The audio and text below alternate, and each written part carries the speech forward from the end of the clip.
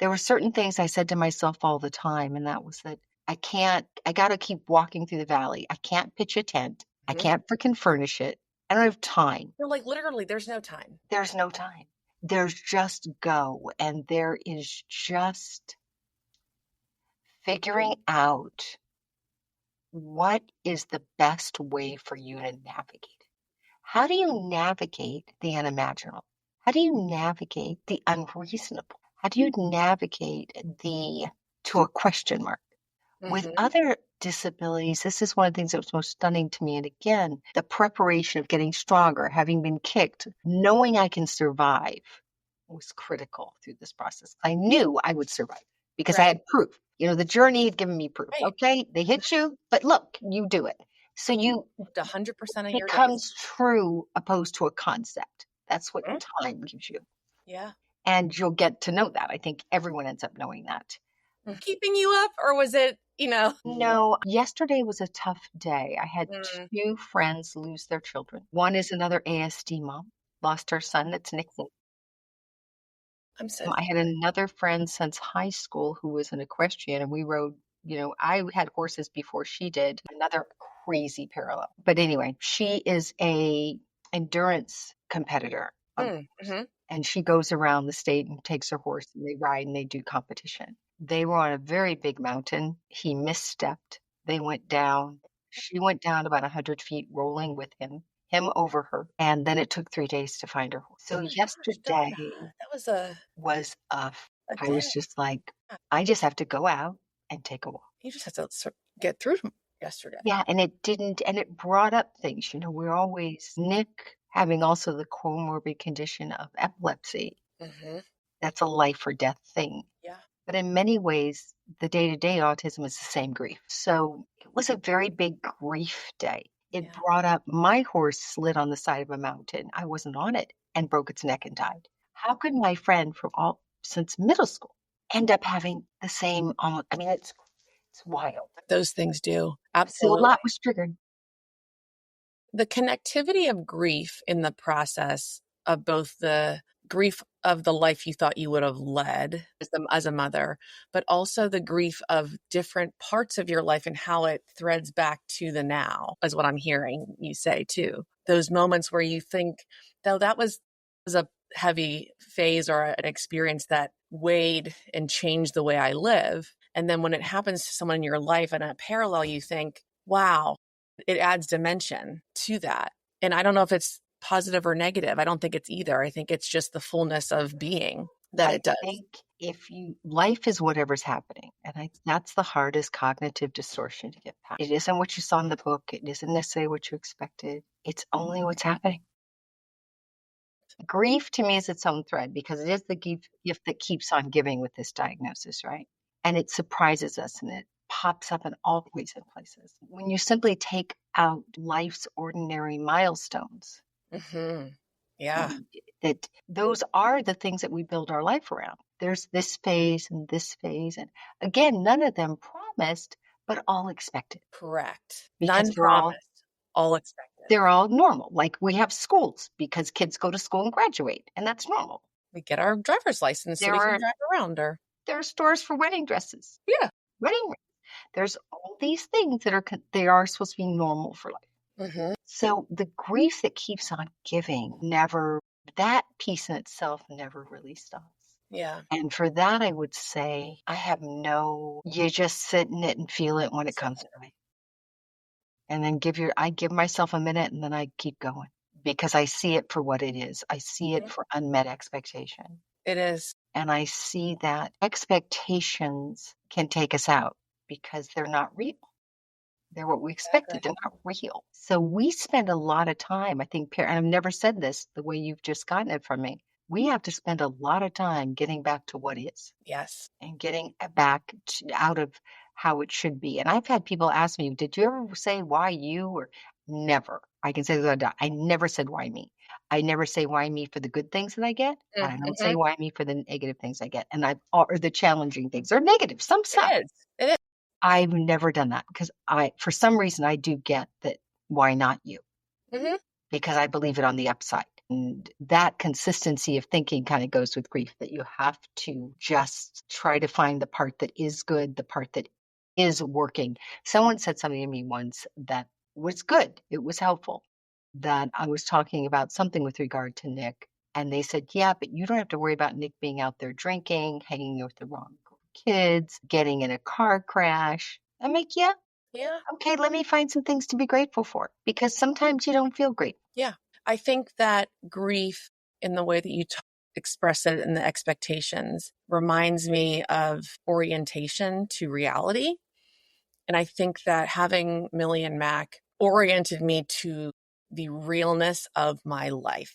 There was no longer the story I told myself. There was no longer the float of 24 hours and thinking like, oh, gosh, I can't believe how fast a week went by. And we have this, then we've got that going on. We're traveling. That no longer existed. And it it was a loss. I always say I never want to compare it to physical loss, but the loss of being able to tell yourself the lightness of being was stripped. And Yeah. I can look now and go, I know that I feel more alive than I would have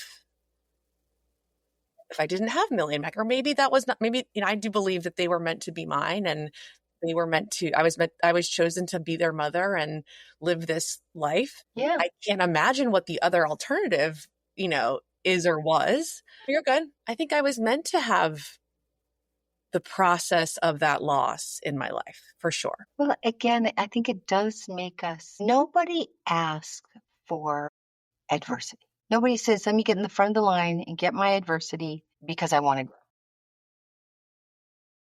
Right.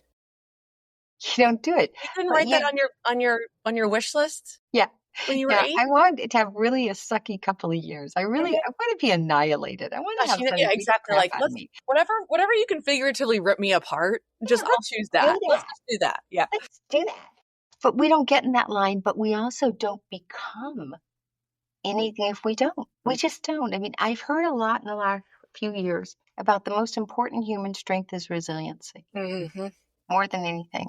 Yeah. And that's a muscle. It's not a given. So the person, I liked who I was Hmm. before Nick, Hmm. but I could not see the world how I see it if Hmm. not for Nick. Hmm. I couldn't see, and a quick story that comes up is this whole idea that we become invisible. I don't know if you had this experience. People don't really want to look at you. They really don't want to engage with you. And a lot of people tell themselves they're doing that for you. Right. Like, I don't want to disrupt. She's got it. Like, I Yeah, don't. I don't want to make her uncomfortable. I'm really staring at them like I'm curious and I'm staring at them or I'm judging them Yeah. or I'm saying not nice things, but I don't want to ask. I don't want to Yeah. do that. And I was in the airport, this probably 10 years ago, with a friend of mine who I considered to be very evolved, very aware, great person. And I looked over and there was this young guy, probably maybe 20, and he lost both of his arms from here down. So he had two, I don't know what you call the Yeah, they're like the automated yeah. arms, but he had two. And when you're in the airport or different restaurants, how they have the curved glass that you can look in, that's a refrigerator, but it's rounded. It's not a flat jar. So he grabbed a beverage, it slides down. He can't get it to hook. Yeah. He drops it. Everyone's just kind of staring. And I'm like, okay, let's just go deal with this. Let's go Yeah. and pick it up and Yep. help. And then he came and I said, well, sit with us. And I said to my friend, I said, I'm going to ask him what happened. They're like, no, don't do that. Why not? I was like, why not? He says, no, you'll make him uncomfortable. I said, no, you don't understand. Everybody wants to be seen. And one of the things with our kids and living in this world is we're now living in something that's so intense, but we're also not being seen at the same time. We're not having our milestones. People aren't seeing us. People are judging us. It's a disability. We don't know how it came to be. We don't know how to cure it. We navigate systems of care that are survival of the fittest. Hmm. To give all that to someone, if you don't have resiliency, Hmm. you do not have a choice but to build it. Right. You have to build it. You have to build it. And I can't think of anything. And this is because I don't know. This is to my level of understanding. Hmm. that would drive a mom or a human to become more resilient than this journey. Because you take it or it takes you. Oh, I've gotten really quiet with myself about like evolutionary biology from a maternal standpoint Yeah, because I think that being given children like Nick and Millie and Matt tap into something very primal, and we want to keep our kids safe and happy and lead like we are mother duck, right? Like they see us and they imprint. And it is so powerful when I look back and think of how much I did do at first when I thought I had absolutely nothing left. Like, I don't know how I got up to nurse an 8-day old when Millie was literally just diagnosed. Like, I don't even have, I don't have words to describe what that felt like. And yet here I am talking to you on June 11th, 2025, right? I don't understand how that primal urge to continue on where it comes from I think because it it's a seems gift. so deep. Yeah. It's a gift. I don't think because you can have a child that you necessarily get it. Mm-hmm. So I think it's a lot harder for some people than others. Yeah. I think that the amount of time, and this I hope won't surprise someone, but it ends up being okay. If when you were so in the moment, which you have to be in the moment with these kids, Mm-hmm. it's not like, hey, Junior, sit down and wait in front of the TV. I'll be there after I get my makeup on. I'll see you after my shower. Everything is like this. So when you look Because one back, miss of that is a 911 call. yeah, and you will not, a lot will be gone. The memory will not be, I don't know, a single mom whose memory is a steady thread Mm-hmm. because you're just doing what you said. It's primal, it's survival, it's in the moment, Mm-hmm. and it's also the best thing because just keep Yeah. being in that moment. Just 1 minute, 1 minute. A lot of our life is like a 12-step program for people. Totally. I mean, so true. My gosh, that's so true. It really is. And you got to find something that tethers you. It's so funny. I guess I was meant to say this. So at one point, it was so much that I felt like lint. I didn't feel like I was going anywhere. Right. I was just doing and being. Yeah. And I felt like lint. I was just like Yeah. floating. And the day was gone and the week was gone and the month was gone. I didn't know what happened. And I wasn't like making what had been my life. You make a goal, you set a plan, you work your plan. Well, I could not do that anymore. The whole ability to do that, and I tell moms, don't feel bad, that goes out the window. Mm-hmm. It Every does. part of you that did anything to routine or structure based on you, bye bye, Yeah. gone, Mm-hmm. which is a great gift. And maybe we'll circle back to that. But from the standpoint of lint, at one point that's so funny. I have some here. I felt so much like lint and I didn't write anything on it. I put post-its all around the house on cupboards. And it was just my note. You're not lint. You're Mm-hmm. here. You're present. Mm-hmm. Conserve my son. I'm like, okay, I'm here. I'm I'm okay. here. Yeah. I'm here. I'm okay. And they were probably around the house for months until I That's was like, awesome. okay, Yeah. I'm good. I know I'm here. I know I'm Mhm. okay. I know whatever this looks like is how it's supposed to be. I'm just moving through something that's not familiar. Correct. It's not that it's bad, it's just not familiar. And Mhm. I am not in control in the ways that was used to being in control. It's true. Someone took that, but that it was okay. So I literally used notes. When you think back to those times where the Uh-huh. Post-it notes were around, and you can recall that and tell this recording on a show, who was Donna back then, like as Donna? Like when you say I had to remind myself I was here, my parallel was I remember one time like literally doing this to my face, like this is me, right? Where were you in your body? Were you in your head a lot? Were you in your stomach? Was it pain in your heart? Was it just the general feeling of just getting by? It was all survival. It was all survival. Be enough, do enough, Mm-hmm. be enough, do enough. If Mm-hmm. you don't do enough, if you can't be enough, your kids and your family will be okay. Yeah. Yeah. That was it. And what we haven't talked about at all is when you have a typical sibling. Mm-hmm. And Yep. I was fortunate to have a physician who's a friend who also works with this population, but she was also a sibling. And Mm. she said, don't forget about your dog. Yeah. I was like, I won't. But Yeah. I went into this journey doing everything I could that I could see to make sure that I was doing okay with her too, that I was still parenting her, that she didn't feel lost. Mm-hmm. And the consequence of that, and this was a good thing for me, this was not a problem, Mm-hmm. was I was last on the list because the guilt, for me to do something for me, it meant now I didn't do something for one of them. And if I wasn't having to do for Nick, because his need was constant, he's a 24/7 supervision kiddo, period. If we weren't doing for him, then That it she was, needed to have to yeah. do. So that narrative of being enough all the time was massive. And here's something that just now happened within the last couple of weeks. All during that journey, my daughter was diagnosed with depression. Her dad left. I'm thinking it's all that. She always had bits of things, but she never had like a diagnosis. I always thought she had like oppositional defiance disorder. And she's brilliant. She's got my mother's IQ. It's really tough to raise really smart kids. Take a really Mhm. smart kid, take a weird family life, Yeah. take this, and you don't Sure need you're not to. describing my oldest child right now? I think I am. So I'm not imagining, especially girls who present Yeah. so different. There's no part of me that's imagining that she might be on the spectrum at all.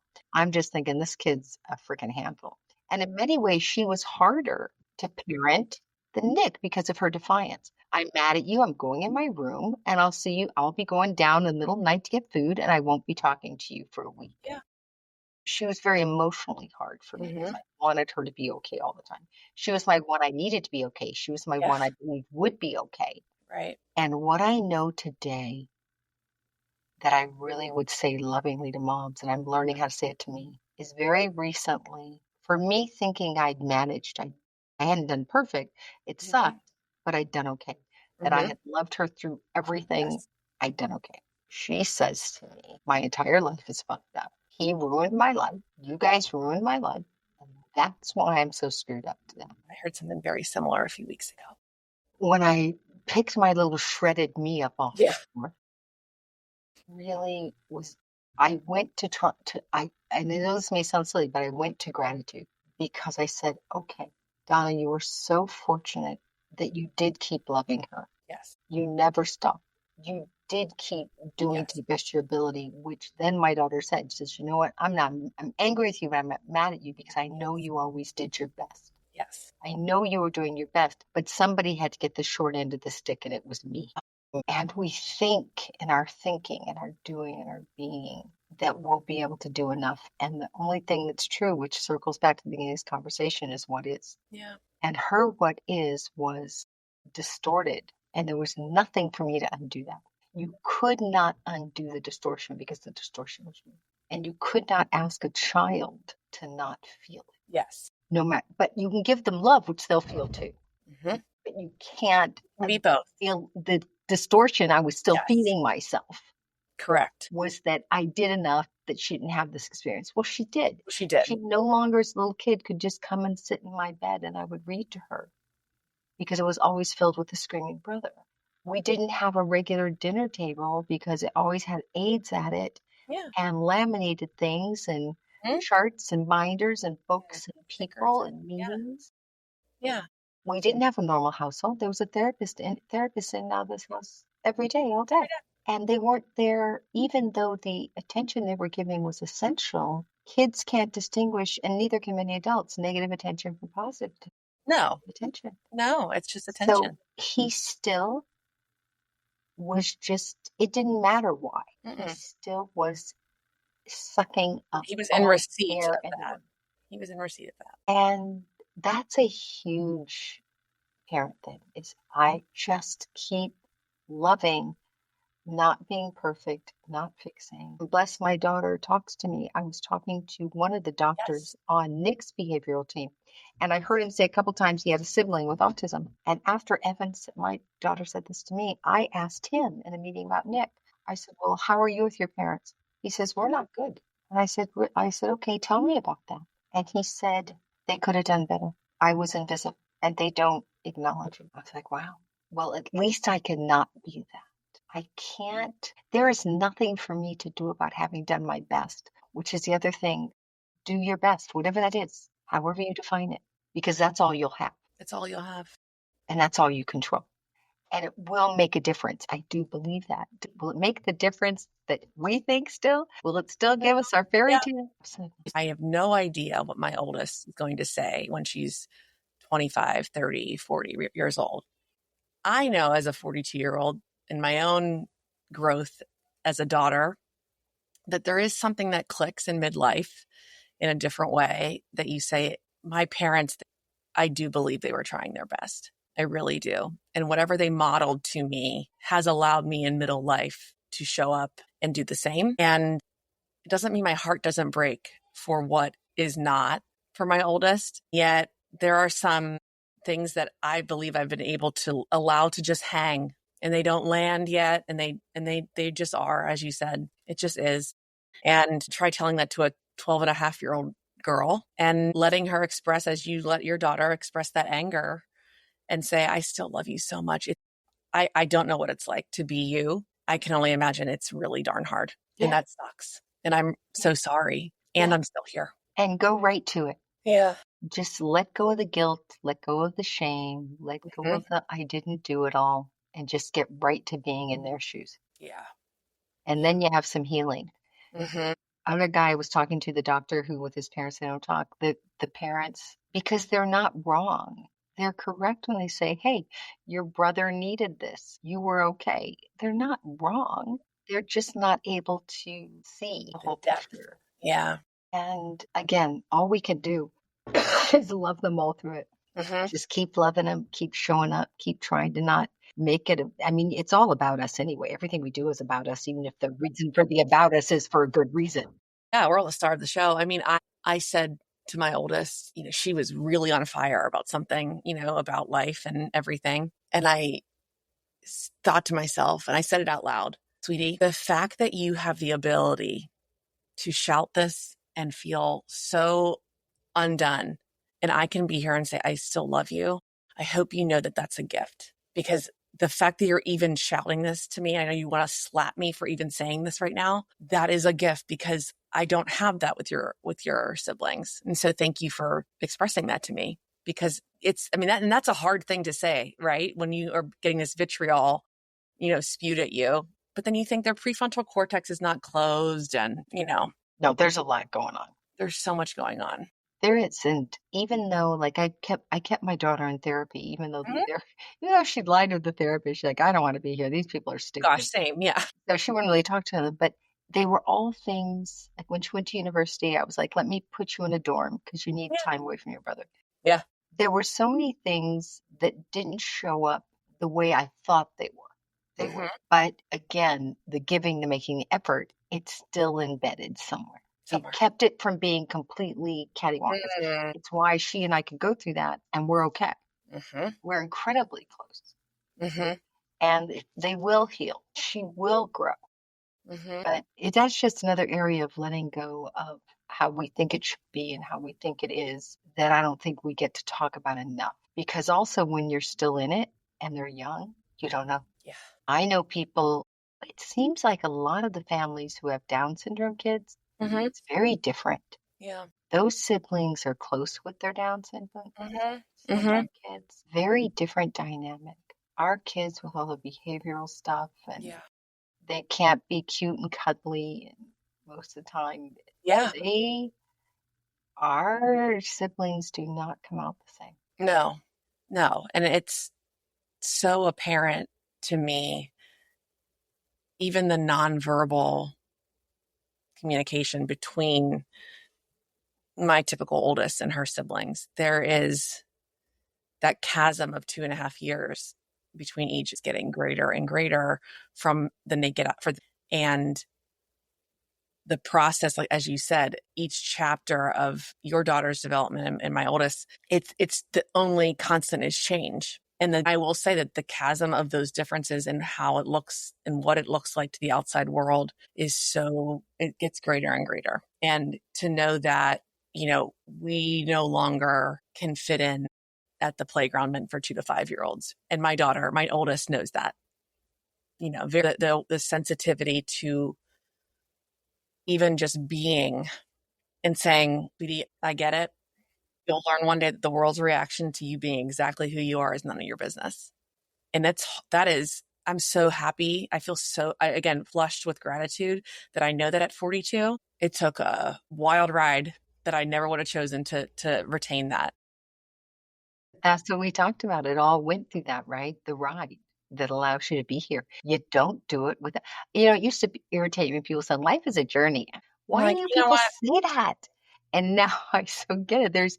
There's nothing you can do about it. You either go through the journey and you grow, or I guess you're Lent. Or static. I mean, yeah, exactly. I mean, what a great another word that aligns with Lent, static. It's, Yeah, you you're just are just, static and you're just there. And I don't believe that we as human beings are meant to be static. I do not. oh, I don't know.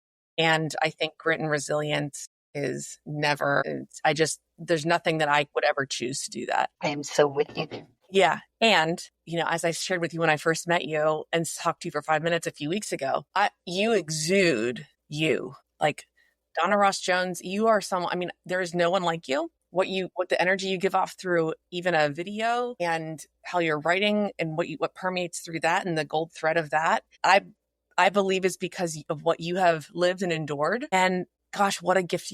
You are such a gift to this world from what you've given in the years before I got connected to you and Autism Day by Day. And now through your writing and your latest chapter, I think this is what life is meant to be. And I'm just so thankful for you being aligned in this arena that we did not choose to be in. And the gladiators are coming for us, but we're here. Imagine if we all got what we Your thought bum we shoulder is wanted not to going to do. hold up for that long. So we got to get that fixed. Yes. And what if we did get what we thought we wanted? How weird would that be? No, I don't even know who that girl is. No. And it was decided by maybe a 9 or 12-year-old? I guess. Yeah, exactly. Yeah.